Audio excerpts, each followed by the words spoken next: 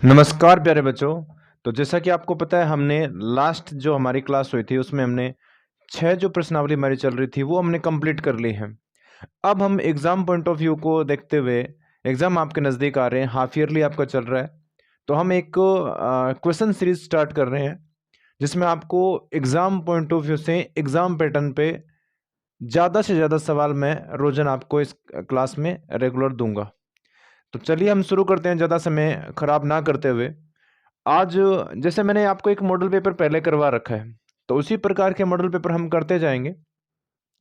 तो हम पहला कर चुके हैं, तो अब सेकंड मॉडल पेपर स्टार्ट करते हैं, जिसमें आपका पूरा एग्ज़ाम पैटर्न पे सवाल मैं करवाऊँगा।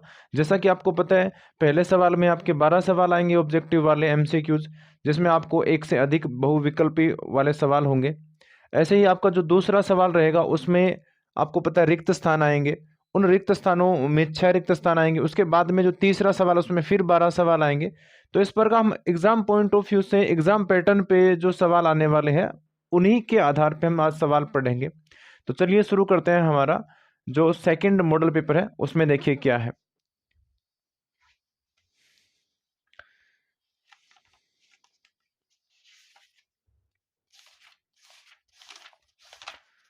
तो सेकंड जो आपका मॉडल पेपर है, उसमें पहला सवाल देखो क्या है। सवाल नंबर जो आपका 1 है, उसमें ये लिखा हुआ है, दो संख्याएं हैं 156 और दूसरी संख्या है 78।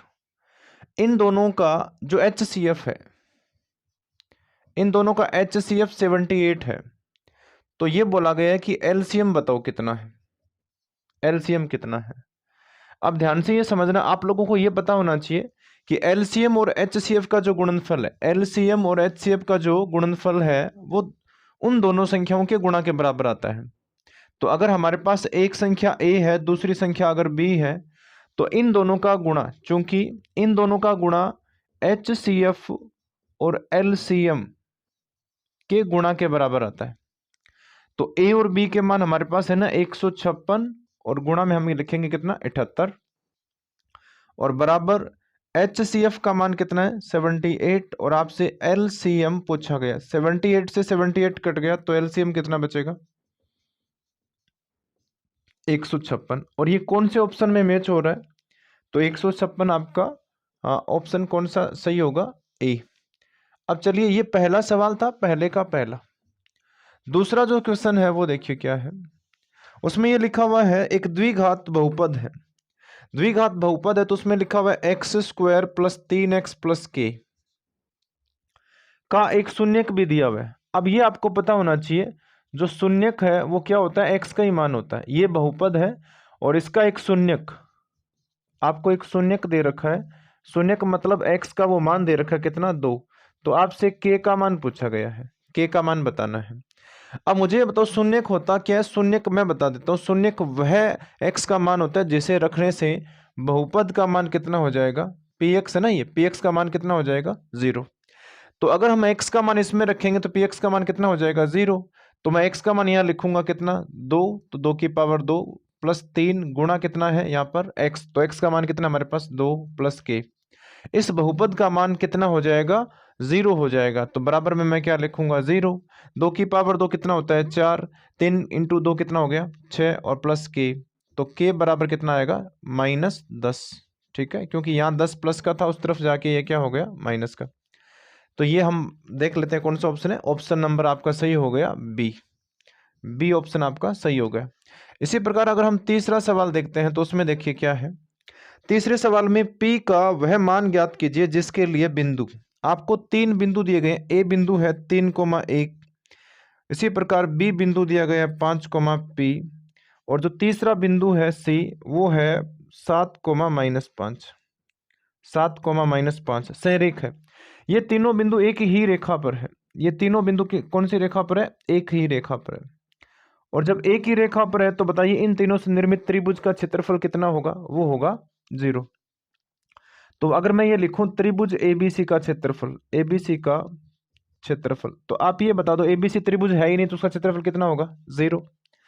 अब सिंपल बात ये है, त्रिभुज का क्षेत्रफल का फॉर्मूला आपको आना चाहिए 1/2 x1 into y2 minus y1, y2 minus y3 sorry, plus x2 into y3 minus y1 और plus x3 into y1 minus y2 और बराबर कितना चल रहा है 0। x1 ये है, मैं लिख देता हूँ, ये x1 y1 है, ये x2 y2 है और ये x3 y3 है। तो अब ध्यान देना आपको, ये है x1 का मान कितना है 3, 1/2 x1 का मान कितना है 3।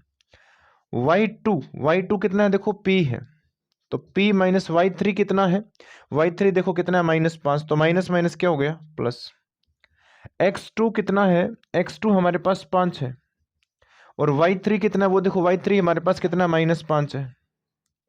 y1 कितना है 1, x3 कितना है यहाँ पर 7, y1 हमारे पास कितना है, ध्यान से देखो बच्चों, यहाँ पर 1 है और y2 कितना है p और बराबर कितना चल रहा है 0। इसको मैं ऊपर हल कर देता हूँ, ध्यान देना, या इस तरफ यहाँ हल कर देता हूँ, इसका सेकंड जो पार्ट बच गया 1/2 है तो बराबर 0, तो ये तो 0 हो गया ना, जो गुणा भाग में वो कहाँ चला गया गुणा में। इसको अंदर भेजते हैं, तो 3 को p से गुणा करने पे 3p और 3 को 5 से गुणा करने पर 15। 5 को ये देखिए -5 और -1 कितना हो गया -6, तो -6 को गुणा करेंगे 5 6 के कितना 30। इसी प्रकार जब मैं 7 को अंदर गुणा करूंगा तो 7 को 1 से गुणा करने पे कितना आएगा 7 और 7 को p से तो कितना आएगा -7p बराबर क्या चल रहा है 0। अब ये 7p और ये 3p को देखो आप, 3p में से 7p निकलेगा, माइनस का कितना बचेगा 4p। उसके बाद में यहां पर ध्यान से देखो, ये 15 प्लस का है, 7b प्लस का है तो 22 हो गया और 22 में से ये 30 घटेगा तो माइनस का कितना बचेगा 8 बराबर 0। -4p बराबर 8 उस तरफ जाएगा तो प्लस का हो गया और 4 से ये कितनी बार कटेगा 2 बार, तो p बराबर कितना आएगा -2। तो p बराबर हमारे पास कितना आ गया -2 आ गया। आपका पहला ऑप्शन ए ऑप्शन ही क्या हो गया सही। ठीक है, तो ये तो आपको पूरा रफ में हल करके देखना है, बाकी आपको आंसर शीट में इतना डिटेल से नहीं लिखना, आपको केवल ऑप्शन लिखना है। तो ये मैंने आपको करवा दिए हैं 3, पहले सवाल के 3 करवा दिए मैंने। अब इसके बाद में देखते हैं, आपको नोट करने हैं सारे सवाल, और सवाल मैं लिख नहीं रहा हूं लेकिन सवाल मैं बोल रहा हूं शुरुआत में, जब मैं सवाल को स्टार्ट करता हूं उससे पहले। अब सवाल देखिए चौथा, मतलब उसी का ही चौथा पार्ट चल रहा है। के का वह मान ज्ञात कीजिए जिसके लिए समीकरण निकाय, आपको एक समीकरण निकाय मतलब 2 समीकरण दे रखी है, रेखिक समीकरण है, x + y - 4 बराबर कितना 0, और दूसरी जो समीकरण वो है 2x + ky और बराबर कितना 3। पहले 3 को इस तरफ लेके आओ, क्योंकि इनको हम यूज करेंगे तो बराबर 0 होना चाहिए। 3 इस तरफ आएगा तो 2x + ky और 3 इस तरफ आके क्या हो गया माइनस का।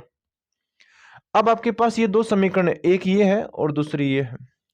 इसमें ये बोला गया है कि कोई हल नहीं है। पहले तो मैं आपको ये बता दूं कि जब एक हल होता है तो a1/a2 बराबर नहीं होता है b1/b2। पहली कंडीशन। इस कंडीशन में कितने हल होते हैं, एक हल होता है इसमें। जब अनंत हल होंगे तो a1/a2 बराबर होता है b1/b2 और बराबर होता है c1/c2। इस कंडीशन में कितने हल होते हैं, अनंत हल होते हैं, अनेक हल होते हैं। ठीक है, इसके अलावा तीसरा जो है a1/a2 बराबर है b1/b2 और बराबर नहीं है c1/c2। इसमें कितने हल होते हैं, एक भी हल नहीं होता, हल नहीं होते इसमें। हल क्यों नहीं है, क्योंकि रेखा एक दूसरे को काट ही नहीं रही है, तो ये बोल रहा है कि हल नहीं है। तो मैं लिखूंगा प्रश्नानुसार हल नहीं है। और अगर हल नहीं है तो बताइए कौन सी कंडीशन लगेगी, a1/a2 बराबर b1/b2 और बराबर नहीं है c1/c2। इनमें मान रखो। तो यहां ध्यान देना, इसमें यहां जो एक है वो a1 है, एक लिखा। यहां दूसरी समीकरण में a का मान कितना है 2, b1 का मान कितना है, y के गुणा में कितना है 1 और यहां y के गुणा में कितना है k। अब जो बराबर नहीं है उसको लिखना ही है। हमारे से k का मान पूछा गया है, k को ऊपर 1 से गुणा करने पे कितना आएगा k, 2 को 1 से गुणा करने पे आएगा 2, तो k का मान कितना आ गया 2। तो ये आपका ऑप्शन सही हो गया है डी, है ना, डी ऑप्शन सही हो चुका है आपका। ये मैं वैसे तो किसी बुक का प्रचार नहीं करना चाहिए, लेकिन मैं बता देता हूँ आपके, है ना, मार्केट में 2 बुक्स ज़्यादा फेमस चलती है। एक का नाम होता है एक्सीलेंट, ठीक है, और एक बेसिकली मैं यही पढ़ा रहा हूँ, इसका मॉडल पेपर मैं करवा रहा हूँ सेकंड। ठीक है, क्योंकि यहाँ क्या क्वेश्चन नहीं लिखे हुए हैं तो इस वजह से मैंने इसको बता दिया है। और एक संजीव आती है जो कि मैं नहीं करवा रहा हूँ। ठीक है, तो एक्सीलेंट का पूरा सॉल्यूशन आपको मेरी इस चैनल पे मिलेगा। ये 4th क्वेश्चन था।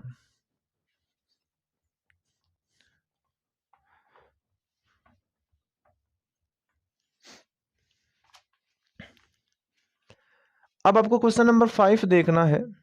उसमें लिखा हुआ है x² minus 3x minus m और m प्लस 3 के शून्यक है। आपको इसके शून्यक निकालने हैं। ये आपके पास एक बहुपद है। अब आपको एक सिंपल बात ये पता होनी चाहिए कि एक स्टैंडर्ड जो इक्वेशन सॉरी बहुपद है, पॉलिनोमियल है, वो क्या होता है, x² minus alpha plus beta into x होता है और minus sorry plus alpha into beta होता है। तो यहां से इनकी तुलना करते हैं हम। तो जब इनकी तुलना करेंगे तो आप ये बता दो एल्फा प्लस बीटा का मान कितना मेरे पास 3 और एल्फा इंटू बीटा का मान कितना आएगा -m और m प्लस 3 आएगा। ठीक है, ध्यान देना। अब यहां से हम क्या करेंगे, यहां से बीटा का मान निकालो। यहां से हम क्या निकालेंगे, बीटा का मान। तो जब बीटा का मान निकालेंगे तो यहां मैं लिख सकता हूं बीटा बराबर 3 माइनस एल्फा, है ना। ये अल्फा इस तरफ जाके माइनस का हो गया। अब अल्फा तो अपनी जगह है और ये चीज ध्यान देना, अल्फा अपनी जगह रहेगा, बीटा की जगह मैं क्या लिखूंगा 3 माइनस एल्फा और बराबर क्या minus m into M plus कितना 3। अब मैं यहां से माइनस कॉमन ले रहा हूं तो बाहर क्या आ गया माइनस एल्फा और यहां बचेगा, अंदर क्या बचेगा ध्यान देना, अंदर बचेगा हमारे पास हाँ एल्फा प्लस कितना एल्फा माइनस एल्फा प्लस 3 लिखें क्या, एल्फा माइनस 3 आएगा ना, एल्फा माइनस 3 और बराबर आएगा m इंटू एम प्लस कितना 3। तो माइनस इसमें था ना, माइनस यहाँ पे माइनस है तो माइनस काट दो। अब आपको देखना ये है कि एल्फा का हमें मान, एल्फा का मान यहां से निकालते हैं हम m की फॉर्म में। एक चीज इसे ना, इससे थोड़ा अलग तरीके से करवाता हूं मैं, ध्यान देना भाई। एल्फा और बीटा का जो गुणनफल है, इनका आंसर हमारे पास -m और m प्लस 3 आ रहा है और इनका जो योग है वो कितना आ रहा है, वो आ रहा है आपके पास इन दोनों का जो टोटल है वो कितना आ रहा है आपके पास 3। इन दोनों का टोटल कितना आ रहा है 3 और इन दोनों का जो गुणनफल है वो हमारे पास कितना है -m और m प्लस 3। अब इन दोनों को मैं अगर जोड़ता हूं, है ना, हमें प्लस का 3 लेकर आना है तो इसे हम प्लस का रखेंगे और इसे हम माइनस का रखेंगे। तो एक तो आपका शून्यक होगा -m और दूसरा होगा m प्लस 3। इन दोनों को गुणा करेंगे तो ये सॉल्यूशन मिलेगा आपको और इनको जब मैं जोड़ूंगा तो +m और -m कट जाएगा तो हमारे पास कितना बचेगा 3। इसका मतलब एक तो आपका शून्यक -m है और दूसरा m प्लस कितना है 3। इसमें ऑप्शन हम चेक करते हैं सीधे। ऑप्शन वाले सवाल इतना बड़ा नहीं करवा रहा हूं मैं, है ना, ऑप्शन का सवाल इसलिए डायरेक्ट करवा रहा हूं मैं। इसमें आपको एक तो ऑप्शन मिलेगा -m और एक मिलेगा m प्लस 3। ठीक है, ये वाला राइट हो जाएगा क्योंकि हमें 3 देखिए प्लस का चाहिए इसलिए। ठीक है, तो ये सवाल था आपका 5वां।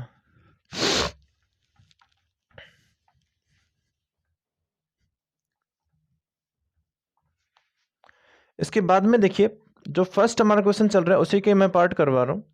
तो इसमें 6th नंबर जो पार्ट है वो देखिए, छठा पार्ट। उसमें लिखा है एक समांतर श्रेणी का प्रथम पद। वैसे आपको पता होना चाहिए प्रथम पद क्या होता है, p। किसी भी समांतर श्रेणी का प्रथम पद हम लिखते हैं a और उसका मान हमें p दे रखा है।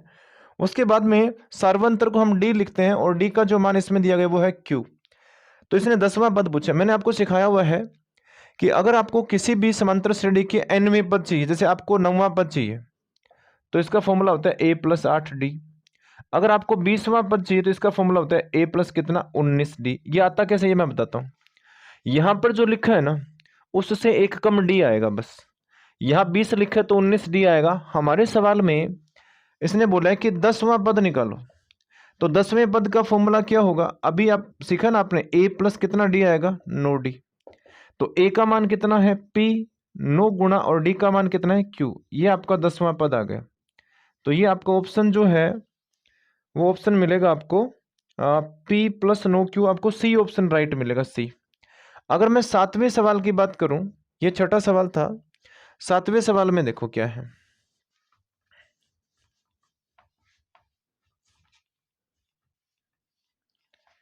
7वां जो सवाल है उस सवाल में दिया यह गया है कि कोस 10 डिग्री प्लस थीटा, और ये बराबर है साइन 30 के, साइन 30 डिग्री। सिंपल। तो थीटा का मान होगा। अब आपको करना क्या है, यहां कोस लिखा हुआ है तो यहां भी कोस बनाओ। अब आपने ये ट्रिग्नोमेट्री में सीखा हुआ है ना, ट्रिग्नोमेट्री में ये सीखा हुआ है कि साइन यहां थीटा है, तो क्या मैं साइन थीटा को लिख सकता हूं कोस 90 माइनस थीटा। कोस 90 माइनस थीटा क्या होता है, साइन थीटा होता है। ये फॉर्मूला आपने सीखा है 8वीं प्रश्नावली में। तो यहां हम लिखेंगे कोस 10 डिग्री प्लस थीटा, और बराबर यहां साइन 30 डिग्री है, तो थीटा की जगह हम 30 लिख देंगे। तो ये आएगा कोस 90 और माइनस कितना, थीटा का मान हमारे पास कितना है 30। अब ध्यान देना, यहां भी कोस है यहां भी कोस है, तो इनकी तुलना करते हैं। तो जब इनकी तुलना करेंगे तो तुलना करने पर अगर कोस कोस बराबर है तो फिर एंगल भी इनके क्या होंगे, बराबर। तो यहां पर 10 प्लस थीटा लिखा हुआ है, तो वहां कितना है 60। अब थीटा का मान हमें निकालना है, तो 60 और ये 10 उस तरफ जाएगा तो माइनस का हो गया, तो थीटा का मान कितना आएगा, 50 डिग्री आएगा। थीटा का मान कितना आएगा, 50 डिग्री। तो अब नेक्स्ट सवाल नंबर हम देखते हैं 8, और 8वें सवाल में ये लिखा है वृत्त के किसी बिंदु पर स्पर्श रेखा स्पर्श बिंदु से होकर जाने वाली त्रिज्या पर होती है। तो इसने बोला है कि स्पर्श रेखा और त्रिज्या के बीच में कोण कितने डिग्री का होता है। ये भी आपको पता होना चाहिए।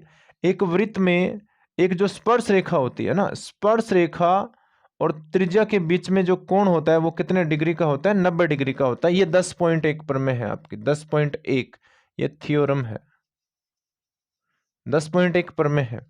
तो इसमें तो डायरेक्ट आपका बी ऑप्शन सही हो जाएगा। कौन सा ऑप्शन सही होगा, बी, लंबवत होगी। त्रिज्या और स्पर्श रेखा क्या होगी, एक दूसरे पर लंबवत। ये आपका 8वां सवाल है, ठीक है। इसके बाद में अगर हम 9वें सवाल की बात करें तो उसमें देखो क्या है। 9वें सवाल में इसमें यह लिखा हुआ है 10 सेंटीमीटर त्रिज्या वाले वृत्त के एक जीवा वृत्त के केंद्र पर समकोण अंतरित करती है। 10 सेंटीमीटर त्रिज्या का एक वृत्त है, कितने सेंटीमीटर त्रिज्या का है, 10। यह 10 सेंटीमीटर त्रिज्या है, और एक जीवा ऐसी है जो जीवा वृत्त के केंद्र पर कितने डिग्री कोण बना रही है, 90। यह कोण कितने डिग्री का है, 90। तो ये त्रिज्या है, तो ये भी क्या होगी, इस तरफ भी ये क्या होगा, त्रिज्या होगा ना। अब ये 90 डिग्री का कोण है, तो समकोण त्रिभुज में हम क्या लगाएंगे, पाइथागोरस प्रमेय। ये बी है, पाइथागोरस प्रमेय। तो पाइथागोरस प्रमेय में होता क्या है, कर्ण। 90 डिग्री के सामने की भुजा क्या होता है, कर्ण। तो मैं यहां लिखूंगा कर्ण स्क्वायर, बराबर हम लिखेंगे आधार स्क्वायर और प्लस लंब स्क्वायर। अब ध्यान देना आपको ये कि कर्ण स्क्वायर, कर्ण का नाम क्या है यहां पर, ए बी। तो ए बी स्क्वायर बराबर आधार, आधार कितना है 10 और लंब भी कितना है 10, तो 10 का स्क्वायर प्लस 10 का स्क्वायर। अब 10 का स्क्वायर करेंगे कितना होगा 100, इसका भी कितना होगा 100, तो ये कितना हो गया 200। आपको ए बी चाहिए, तो यहाँ क्या आएगा अंडर रूट। अब इसको हम लिख सकते हैं 2 गुणा 100।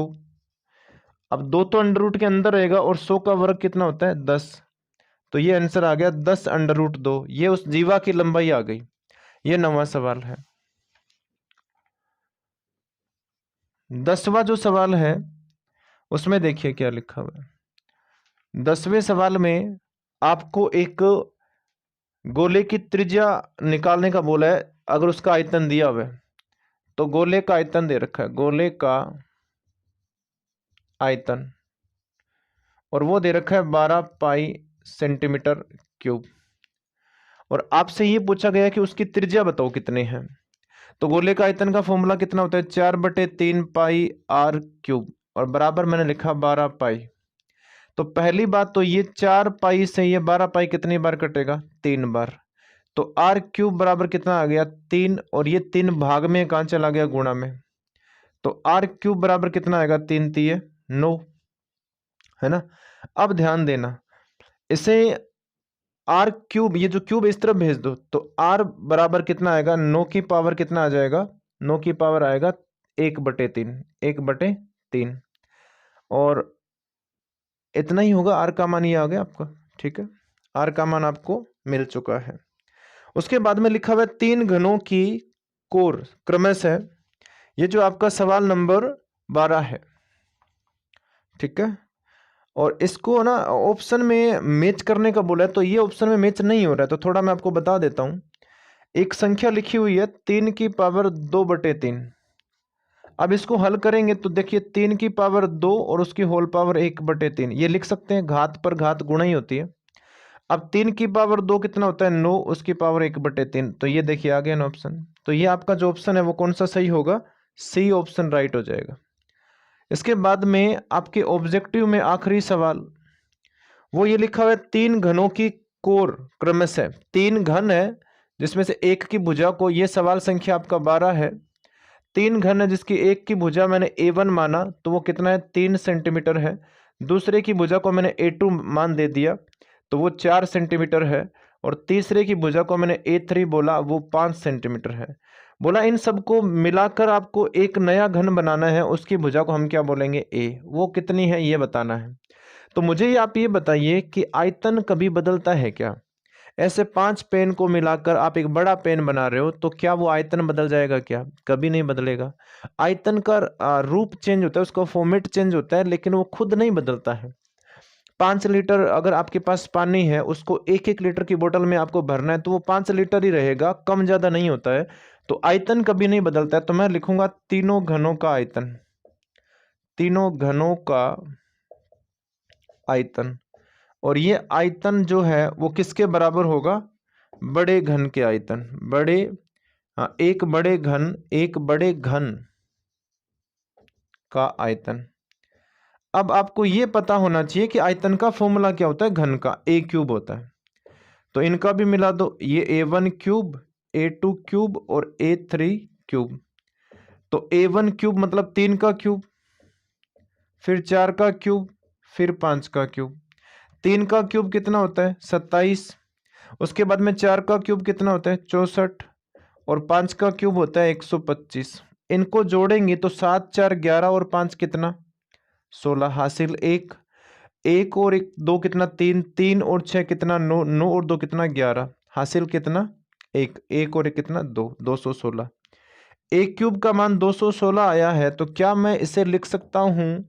हाँ, 6 का क्यूब, है ना? ध्यान देना, 6 का जो क्यूब होता है वो इतना ही आता है, 216। तो अब इनकी तुलना करेंगे, तो तुलना करने पर आपको क्या पता चला? तुलना करने पर हमें पता ये चला कि A का मान कितना आएगा? 6। A का मान कितना आ गया हमारे पास? 6 सेंटीमीटर। A का मान आ गया ना, सिंपल। तो ये इसमें इतना टाइम नहीं लगेगा, मैं तो क्या पूरा साफ सुथरा आपके सामने लिखता हूँ तब लगता है। इतना मान रखेंगे तो डायरेक्ट ये लिखेंगे ना बीच वाली समीकरण, इसको जल्दी से हल कर लेंगे।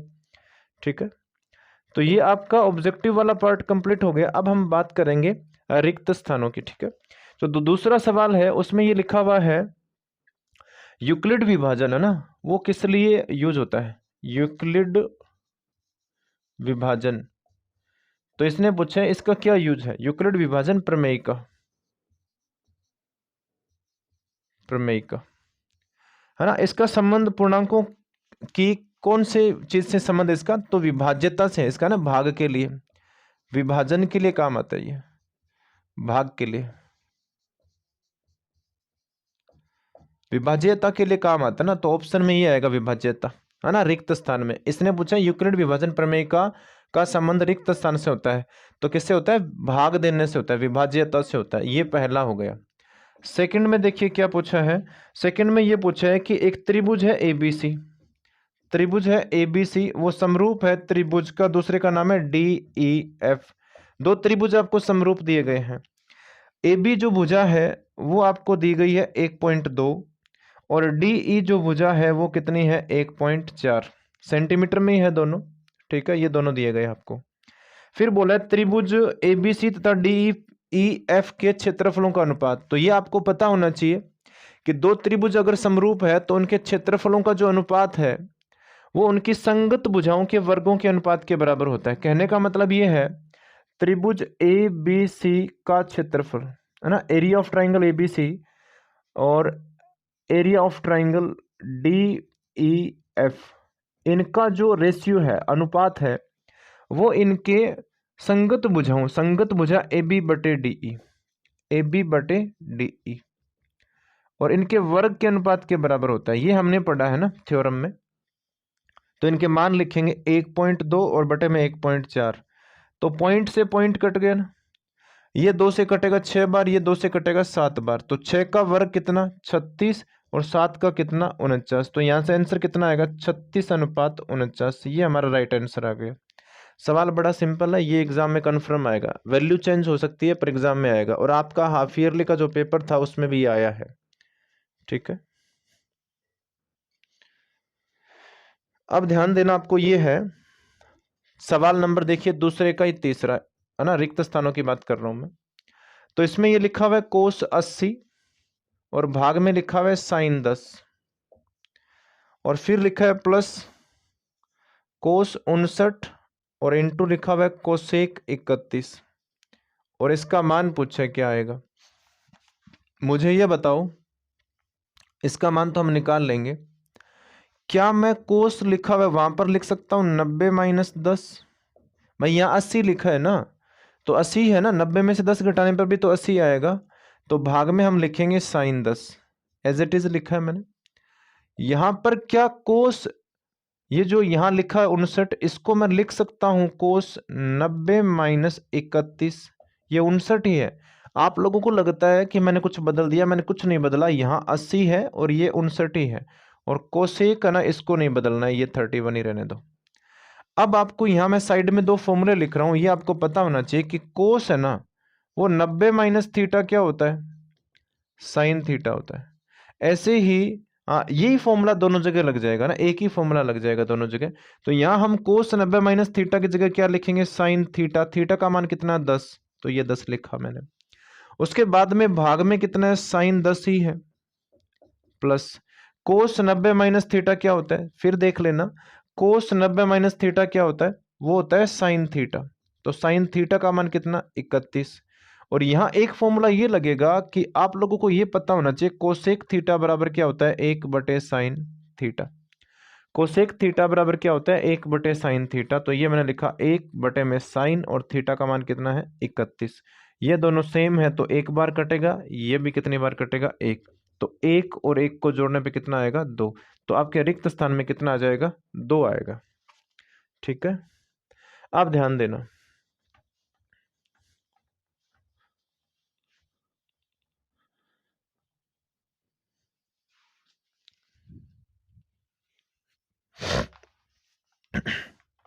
उसके बाद में जो चौथा सवाल उसकी बात करें, तो उसमें लिखा हुआ है रेखाखंड को P/Q में, एक लाइन है उसको P/Q में आपको विभाजित करना है।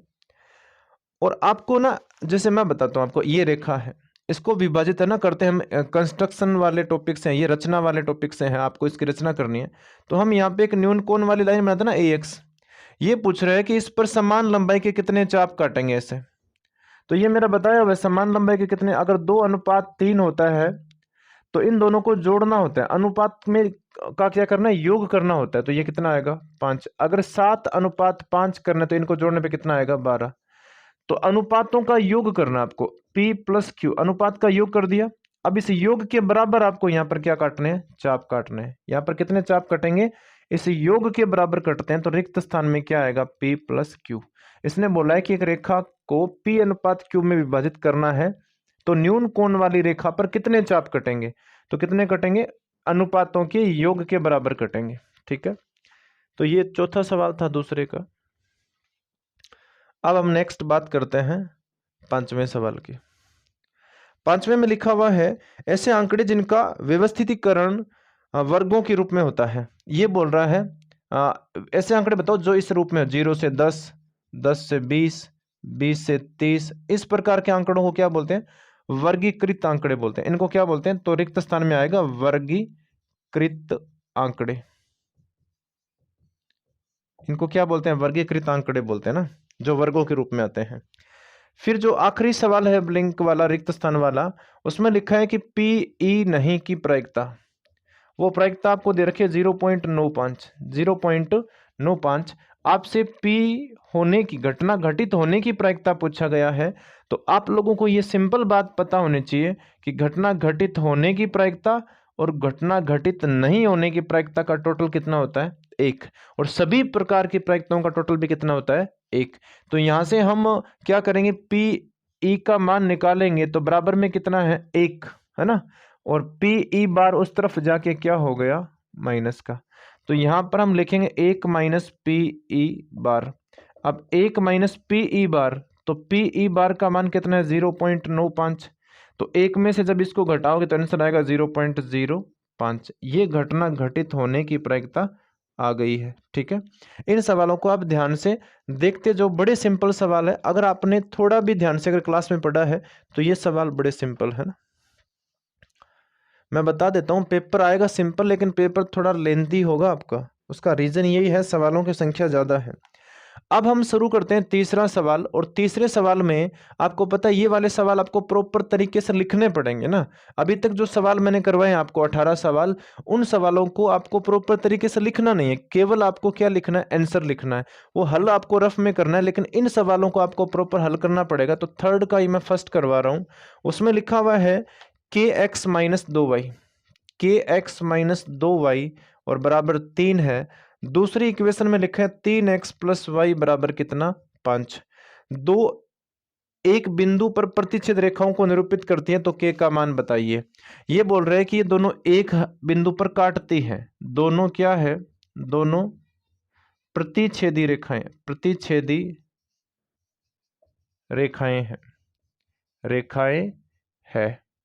तो आपको क्या बताना है, के का मान बताना है। अब मुझे बताओ, अगर वो रेखाएं एक दूसरे को एक बिंदु पर प्रतिच्छेद कर रही है तो ये कौन सा हल है, अद्वितीय हल है। कौन सा हल है, अद्वितीय हल है, मतलब यूनिक हल है आपका, ये अद्वितीय हल है।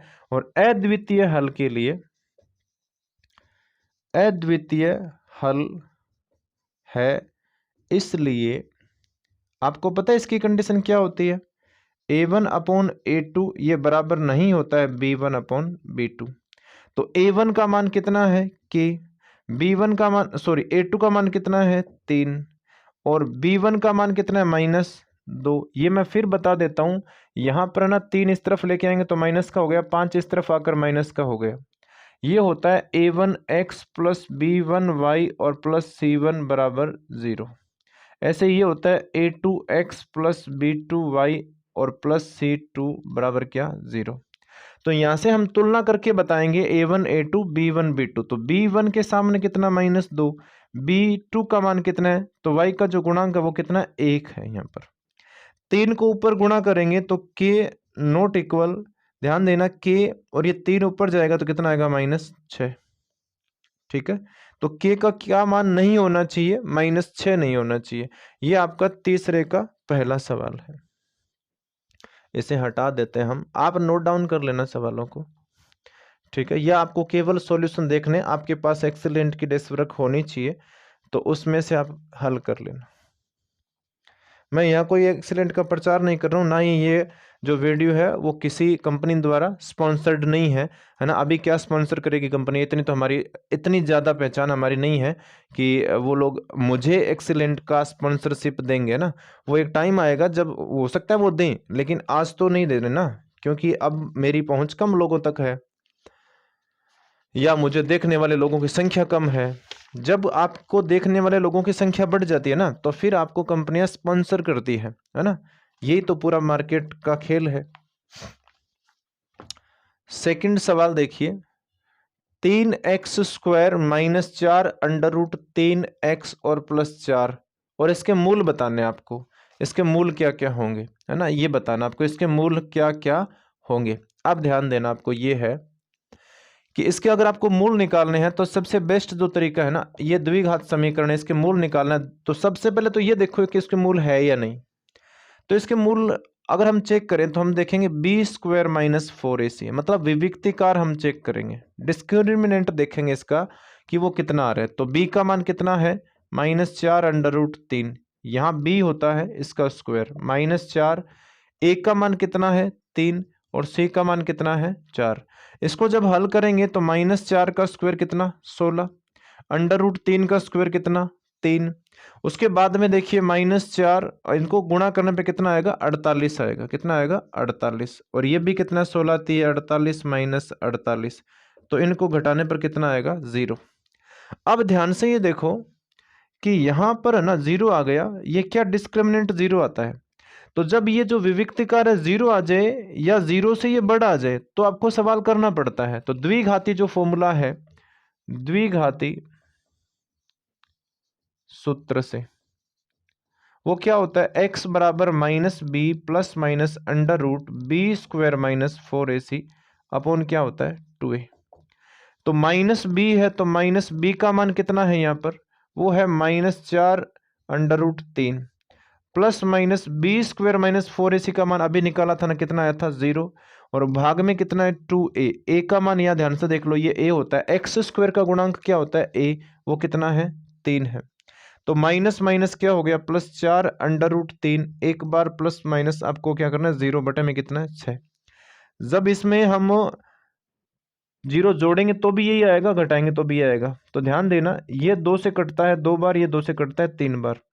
तो 2 अंडर रूट 3 बटे में कितना आ गया 3, ये एक्स का मान आ गया। पर आप सोच रहे हो सर यहाँ पे द्विघात समीकरण थी तो इसमें आंसर एक ही कैसे आया, बेटा ये ध्यान रखना जब विविक्तिकार का मान 0 आता है ना तो दोनों मूल क्या होते हैं समान। इसका मतलब पहला आंसर भी यही है, दूसरा भी यही है।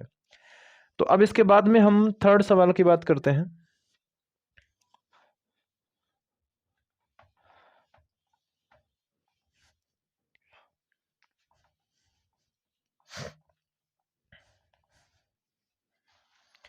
थर्ड सवाल में देखिए क्या है, तीसरे में लिखा हुआ है -17 फिर -12 फिर -7 और 11वां पद आपको बताना है। इसका कौन सा पद बताना है आपको, 11वां पद। 11वां पद बताओ क्या है। तो पहले तो मुझे बता दो इसमें a का मान कितना है -17 है। प्रथम पद क्या है, समांतर श्रेणी का प्रथम पद कितना -17 है। इसके बाद में अगर हम d निकालेंगे तो d होता है दूसरे पद में से पहला घटाना है आपको। तो दूसरा कितना है -12 और पहला घटाना है तो माइनस माइनस कितना 17। तो -12 माइनस माइनस क्या हो गया +17। तो 17 में से 12 निकालने पे कितना बचेगा 5, डी का मान आ गया। अब इसने हमारे से 11वां पद पूछा है, कौन सा पद पूछा है 11वां पद पूछा है, फॉर्मूला क्या होगा a + 10d। तो a का मान कितना है a का मान कितना है हमारे पास -17 और +10 गुणा d का मान कितना है 5। तो -17 और ये हो गया 50। तो 50 में से 17 निकालने पे कितना बचेगा 33। a11 का मान कितना हो गया 33 हो गया। ठीक है, इसके बाद का जो सवाल है वो देखिए, चौथा सवाल कितना छोटा सिंपल सवाल है। और ये मैं अभी अगर आप बात करो छठी प्रश्नावली की तो 1-2 दिन पहले की क्लास में ये हुआ है। इसमें ये कहा गया कि एक त्रिभुज है ABC, उसमें AC बराबर BC है। त्रिभुज है ABC और उसमें AC बराबर BC है, AB स्क्वायर और बराबर है 2AC स्क्वायर। ठीक है, ध्यान देना। तो इसमें मैं लिख देता हूं AC और BC बराबर है। तो एक तो ये लाइन मान लो ये की है, ये A है, ये B है और ये C। तो ये और ये भुजा आपको बराबर दी गई है। तो इसमें एक तो ये दिया गया कि AC बराबर क्या है BC। दूसरा ये कहा गया है कि AB स्क्वायर है ना वो बराबर है 2AC स्क्वायर। तो आप मुझे ये बताओ कि क्या मैं इसे लिख सकता हूँ AB स्क्वायर बराबर AC square plus AC square. भाई 2 बार क्यों लिखा है, तो इसलिए लिखा है क्योंकि यहाँ पर कितना है 2AC स्क्वायर है। अब आप देखो AB स्क्वायर, ये समीकरण 1 मान लो, AB स्क्वायर AC स्क्वायर को मैंने AC स्क्वायर लिखा और यहाँ जो AC है उसकी जगह मैं क्या BC लिख सकता हूँ, क्या लिख सकते हैं, क्योंकि BC किसके बराबर है AC के। अब ये BC स्क्वायर लिखा, यहाँ पर हम लिखेंगे ये हमने कहाँ से लिखा है समीकरण 1 से लिखा है, समीकरण 1 से। अब ये ध्यान दो, ये जो इक्वेशन आई है ना ये पाइथागोरस प्रमेय है। त्रिभुज की दो भुजाओं के वर्गों का योग, त्रिभुज की दो भुजाओं के वर्गों का योग अगर त्रिभुज की तीसरी भुजा के वर्ग के बराबर है तो इसको हम बोलते हैं ये पाइथागोरस प्रमेय है, जो कि पाइथागोरस प्रमेय का प्रतिरूप है, उसी का रूप है ये। अतः त्रिभुज ABC समकोण त्रिभुज है। आपको समकोण त्रिभुज प्रूव करना था, समकोण त्रिभुज है। बड़ा सिंपल सवाल है। ठीक है, तो ये आपका सवाल हो चुका है, सवाल नंबर 4। कौन सा 4, तीसरे का। ठीक है, अब सवाल नंबर देखिए 5वां, थर्ड का जो 5वां है 5th नंबर का जो क्वेश्चन है वो देखिए।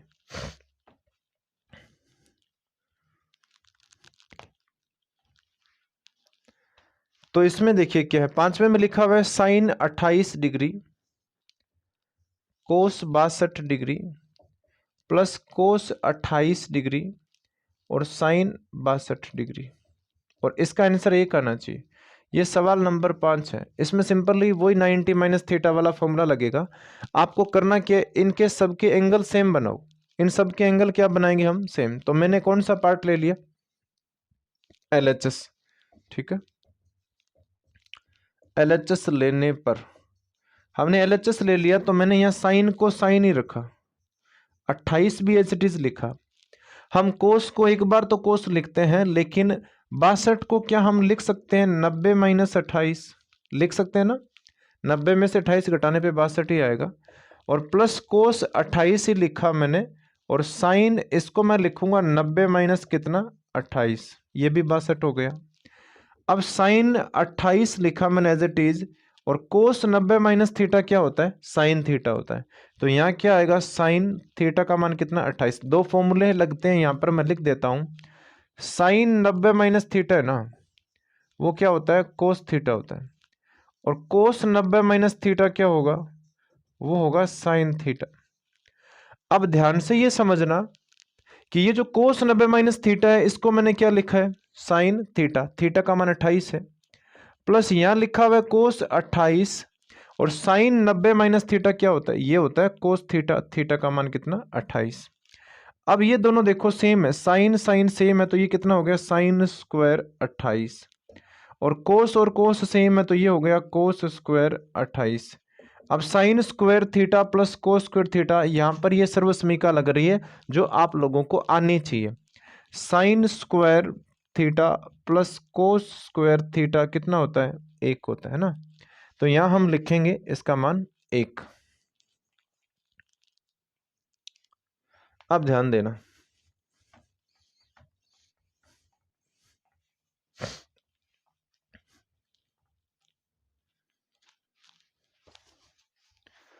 छठा सवाल देखो, ये भी ट्रिग्नोमेट्री से है और सेम इसी कॉन्सेप्ट का सवाल है ये भी। इसमें लिखा हुआ है साइन 35 डिग्री और भाग में लिखा हुआ है कोस 55 डिग्री, और इसका होल स्क्वायर है, और प्लस लिखा हुआ है कोस 43 डिग्री और भाग में लिखा हुआ है साइन 47 डिग्री और इसका भी होल स्क्वायर है, और -2 कोस 60 डिग्री है। इसका मान पूछा गया हमारे से। तो ये सिंपल सवाल है, ध्यान देना आप। सेम उसी कॉन्सेप्ट से ये सवाल हो जाएगा। अब देखो, क्या मैं इसे ऐसे लिख सकता हूँ, साइन को मैंने साइन लिखा, और ये जो 35 है इसको मैं लिख सकता हूँ 90 माइनस कितना 55, आराम से लिख सकते हैं, क्योंकि 90 में से 55 घटाने पे कितना आएगा 35 ही आएगा, और भाग में हमारे पास क्या है कोस 55 है, एज इट इज ही रखो उसको।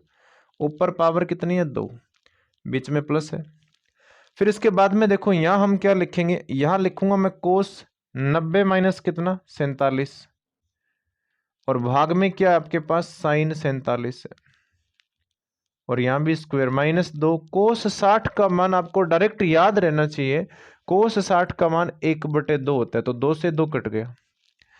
अब मुझे ये बताओ साइन 90 माइनस थीटा क्या होता है, ये फॉर्मूला भी मैं साइड में लिख देता हूं। साइन 90 माइनस थीटा ये क्या होता है, कोस थीटा होता है, और कोस 90 माइनस थीटा क्या होता है, ये होता है साइन थीटा। तो ये दोनों फॉर्मूले यहाँ यूज हो रहे हैं। साइन 90 माइनस थीटा क्या होगा, कोस थीटा। थीटा का मान कितना है 55 है, कोस 55, और पावर कितनी है 2, प्लस कोस 90 माइनस थीटा क्या होगा, वो होगा आपका साइन थीटा। थीटा का मान कितना 47, और भाग में क्या है साइन 47, इसका भी वर्ग है, और आगे है -1। अब ये देखो कट गया एक बार, ये भी कट गया एक बार, तो 1 का वर्ग कितना 1 ही होता है। 1 का वर्ग फिर कितना होगा 1 -1, तो ये +1 -1 कट गया, कितना बचेगा 1। तो ये हमारा सवाल हो चुका है छठा। अब सवाल देखिए इसके बाद में 7वां।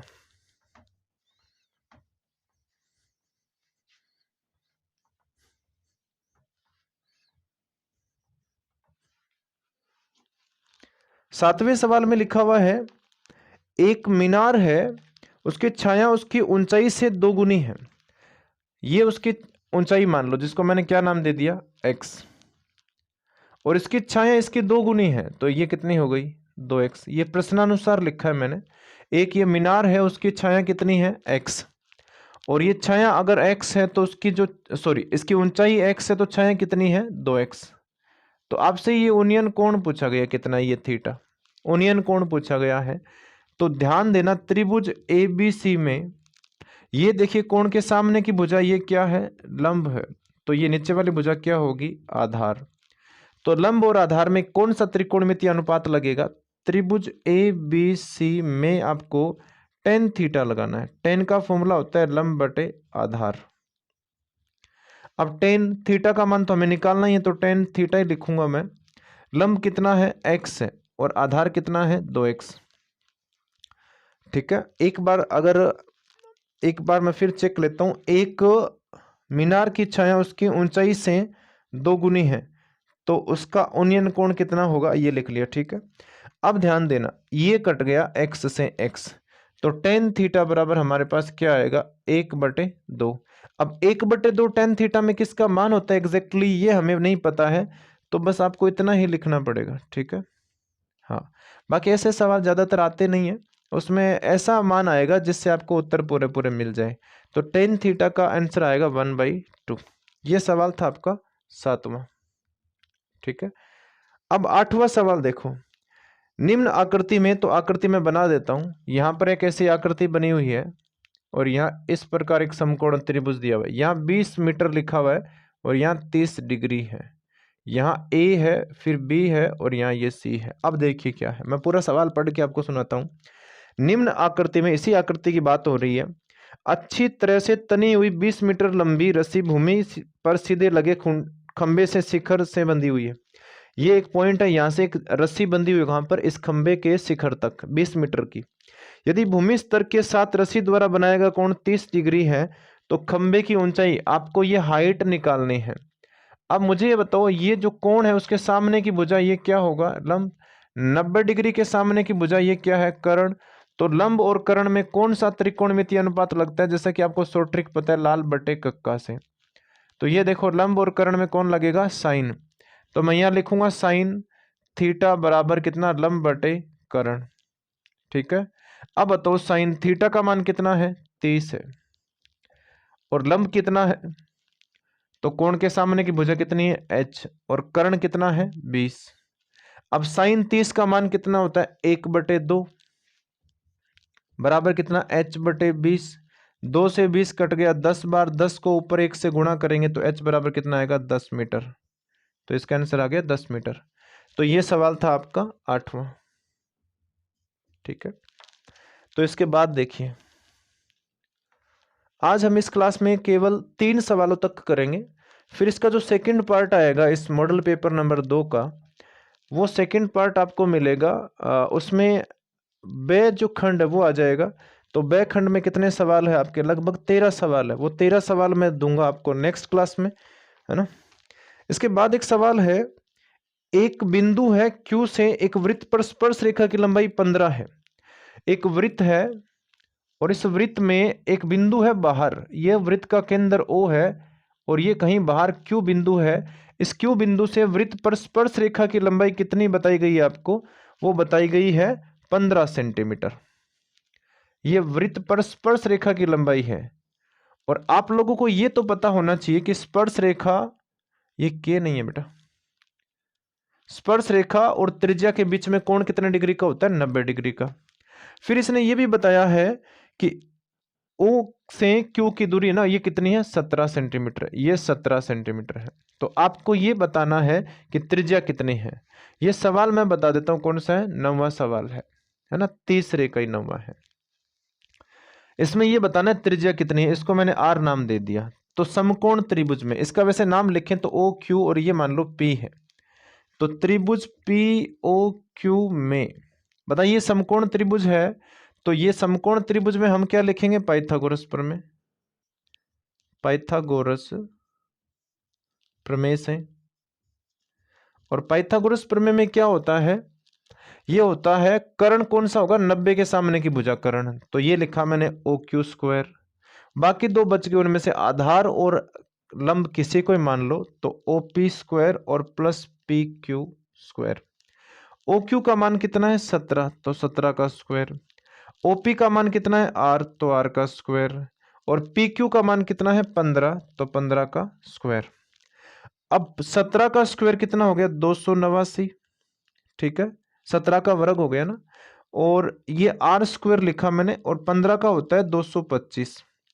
तो आर स्क्वायर का मान हमें निकालना है, 225 को यहां भेज दो तो यहां बचेगा 289 और माइनस 225। इसमें से घटाएंगे तो यहाँ कितना बचेगा हमारे पास 64। तो आर स्क्वायर बराबर 64 आ गया, तो आर बराबर कितना आएगा 8 सेंटीमीटर। तो ये त्रिज्या कितनी आ जाएगी 8 सेंटीमीटर आ जाएगी। तो इसके बाद का जो सवाल है वो देखिए क्या है। इसमें ये लिखा हुआ है कि दिए हुए वृत्त के बाह्य बिंदु से स्पर्श रेखा की रचना कीजिए, लेकिन आपको वृत्त का जो केंद्र है ना वो नहीं पता है ना। तो ये अच्छा सवाल है। अगर वृत्त का केंद्र हमें पता हो तो आपको स्पर्श रेखा बनानी है, तो ये बड़ा सिंपल काम है। लेकिन आपको वृत्त का केंद्र पता नहीं है कहाँ है, मैं बता देता हूँ। ये आपके पास एक वृत्त है और इस वृत्त का जो केंद्र है हमें नहीं पता कहाँ है, और फिर भी आपको बाह्य बिंदु इस बिंदु P से आपको इस पर स्पर्श रेखा बनानी है। तो इसके लिए सबसे पहले आपको क्या करना पड़ेगा, इसमें वृत्त का केंद्र बनाना पड़ेगा। अब मैं आपको बताता हूँ। वृत्त में हम इसमें दो जीवाएं बनाएंगे। क्या बनाएंगे, दो जीवाएं, ठीक है। मैंने इस वृत्त में दो जीवाएं बना ली, ए बी और सी डी। अब मैं आपको बताता हूं, जीवाओं के जो लंब समद्विभाजक होंगे ना, जीवाओं के जो लंब समद्विभाजक होंगे वो वृत्त के केंद्र से गुजरते हैं। जीवाओं के अर्धक या लंब अर्धक वृत्त के केंद्र से गुजरते हैं। तो हम क्या करेंगे, बिंदु ए पर प्रकार रखेंगे, आधे से ज्यादा खोलेंगे, एक चाप ऊपर काटेंगे, एक चाप ऐसे नीचे काटेंगे। उतना ही प्रकार आपको कहाँ रखना है, बी पर। और फिर आपको करना क्या, एक चाप ऊपर काटना है और एक चाप ऐसे नीचे। और इनको जब हम मिलाएंगे तो एक लाइन बनेगी, और ये लाइन जो बन रही है ये लाइन आपकी यहाँ पर 90 डिग्री का कोण बनाएगी, ठीक है। ये लंबवर्धक है ए बी का। ऐसे ही हम सी पर प्रकार रखेंगे, आधे से ज्यादा प्रकार खोलेंगे, एक चाप इस तरफ और एक चाप ऐसे ही ऊपर। अब आपको यही सेम चाप उतना ही प्रकार रखना है, डी पर खोलना है, एक चाप ऊपर कटेगा, एक चाप ऐसे नीचे, और इनको ऐसे मैंने मिला दिया। तो जहां पर ये लंब समद्विभाजक एक दूसरे को काट रहे हैं ना, जिस बिंदु पर लंब समद्विभाजक एक दूसरे को काट रहे हैं वो वृत्त का क्या है, केंद्र। इन दोनों बिंदुओं को मिला दिया, ठीक है, इतना काम हो गया। अब आपको करना क्या है, ये जो लाइन बनी है ना ओपी, ओपी लाइन का क्या करना है, अर्धक। तो ओपी लाइन का अर्धक हम कैसे करेंगे, ये 10वां सवाल है। ओपी लाइन का अर्धक वैसे ही करेंगे अभी जो किया था, पी पर प्रकार रखेंगे, आधे से ज्यादा खोलकर एक चाप ऊपर काटेंगे, एक चाप ऐसे नीचे। उतना ही चाप आपको ओ बिंदु पर रखना है और ऐसे काट देंगे। बेटा मेरी बातें ध्यान से सुन लेना, फिर आपको प्रकार पेंसिल से ही सारा काम खुद करना है ईमानदारी से, ठीक है। अब ध्यान देना, अभी ये दो चाप जो बने उनको हम मिलाते हैं। मिला दिया है ना, आपको पूरा करेक्ट मिलाना है। आपको यहाँ पर एक पॉइंट मिलेगा जिसका नाम हमने क्या लिख दिया, टी। अब टी को आपको क्या मानना पड़ेगा, केंद्र। इसको केंद्र मानेंगे, ओ को हम मान लेंगे ओ तक, है ना, टी से ओ तक या फिर टी से पी तक, इसे हम क्या मान लेंगे, त्रिज्या। यहां प्रकार रखेंगे और यहां रखेंगे पेंसिल और ऐसे एक वृत्त बनाएंगे, ठीक है। और वो वृत्त क्या करेगा, वो वृत्त पहले वाले वृत्त को दो बिंदुओं पर काटेगा। ये क्या करेगा, पहले वाले वृत्त को देखो, एक तो यहां काट रहा है और एक यहां, तो इनका नाम मैंने, एक का नाम एस लिख दिया और दूसरे का लिख दिया मैंने आर। अब आपको इस बाहर वाले P बिंदु से इस बिंदु R को मिलाना है और P बिंदु से आपको S को भी मिलाना है। तो ये दो स्पर्श रेखाओं की क्या हो गई, रचना। इसमें केवल इसने डायग्राम का बोला है तो रचना का बोला नहीं है, तो मैं इसकी कंस्ट्रक्शन लिखूंगा नहीं, ठीक है। इसके बाद में देखिए सवाल नंबर आपका 11 और 12, दो सवाल बच गए इस पार्ट में, है ना। ए भाग में करवा रहा हूं आपको, खंड जो पेपर में ए आता है वो करवा रहा हूं, ठीक है। तो इसमें देखिए लिखा हुआ है, त्रिज्याओं 24 सेंटीमीटर और 7 सेंटीमीटर वाले दो वृत्तों के क्षेत्रफलों के योग के बराबर क्षेत्रफल वाले एक वृत्त की त्रिज्या ज्ञात कीजिए। ये बता रहा है कि एक वृत्त आपके पास ऐसा है जिसकी त्रिज्या कितनी है, 24 सेंटीमीटर है। फिर आपके पास एक वृत्त और है और उसकी त्रिज्या कितनी है, 7 सेंटीमीटर है। इन दोनों को मिलाएंगे तो क्या बड़ा वृत्त नहीं बनेगा क्या? इन दोनों को मिलाने से वृत्त बड़ा बनेगा। उसकी त्रिज्या हमें नहीं पता, उसको मैंने क्या मान लिया, आर। इन दोनों को मिला दिया तो ये बड़ा वृत्त बन रहा है। तो सिंपल बात है, दो वृत्तों के क्षेत्रफलों का योग है ना, वो तीसरे के बराबर है। तो मैं लिखूंगा बड़े वृत्त का, ये 11वां सवाल है बच्चों, बड़े वृत्त का क्षेत्रफल, ये सवाल में किसके बराबर दिया हुआ है, दो वृत्तों ना, दोनों वृत्तों के क्षेत्रफल के योग के बराबर है। तो मुझे बताओ, वृत्त का क्षेत्रफल का सूत्र होता है पाई आर स्क्वायर। अब बड़े की त्रिज्या को मैंने r1 नाम दे दिया और इसे मैंने r2 नाम दे दिया। तो यहां मैं लिखूंगा पाई r1 स्क्वायर और पाई r2 स्क्वायर। यहां से पाई कॉमन आएगा तो r1 square plus r2 square अंदर बच गया। यहां क्या है, पाई r स्क्वायर, पाई से पाई कट गया। तो आर स्क्वायर बराबर क्या आएगा, कैपिटल जो सॉरी r1 का मान कितना है, 24, तो 24 का स्क्वायर कर दो। वहां कितने है, 7, तो 7 का भी स्क्वायर कर दो। 24 का स्क्वायर 576 होता है और 7 का स्क्वायर 49 होता है। इनको जोड़ने पर कितना आएगा, 625, और 625 का वर्ग कितना आता है, केवल 25 सेंटीमीटर। तो जो बड़ा जो वृत्त बनेगा उसकी त्रिज्या कितनी आएगी, 25 सेंटीमीटर आ जाएगी। ये आपको पूरा कैलकुलेट तरीके से करना है। अब इसके बाद में जो आखिरी सवाल बचा है प्रोबेबिलिटी से है, 12वां सवाल, और बाकी के हम सवाल करेंगे नेक्स्ट क्लास में। थोड़ी तबीयत भी नरम है मेरी, ठीक नहीं है तबीयत, इसी वजह से मैं बीच बीच में थोड़ा खांस रहा हूँ, तो थोड़ी डिस्टर्बेंस हो रही है, जिसके लिए मैं आपको सॉरी बोलता हूँ। वैसे तो इसका कोई इलाज नहीं है, है ना, मेरे सॉरी बोलने से भी ठीक नहीं होगा, और इतना भी ज़्यादा मैं नहीं खांस नहीं रहा हूँ, तो ये चीज़ें थोड़ी होती रहती है भाई, है ना। ये तो कम से कम अच्छा है ना कि ऑनलाइन क्लासेस में आपको वो ऑफलाइन वाले बच्चे तो परेशान नहीं कर रहे हैं यहाँ, बस ठीक है थोड़ी बहुत डिस्टर्बेंस आपको वीडियो में दिखती है, कई कई बार हो जाता है ये तो। एक बच्चे के पास एक ऐसा पासा है, उस पासे पर ना एक तरफ ए लिखा हुआ है, क्या लिखा हुआ है, ए, फिर लिखा हुआ है बी, सी भी है, डी भी लिखा हुआ है, ई भी है, और दोबारा एक बार ए भी है। ठीक है, तो कितने कुल परिणाम हो गए, कुल परिणाम कितने हो गए, कुल परिणाम हमारे पास कितने हो गए, 6। इस पासे को एक बार फेंका जाता है तो इसकी क्या प्रायिकता है कि ए प्राप्त होगा।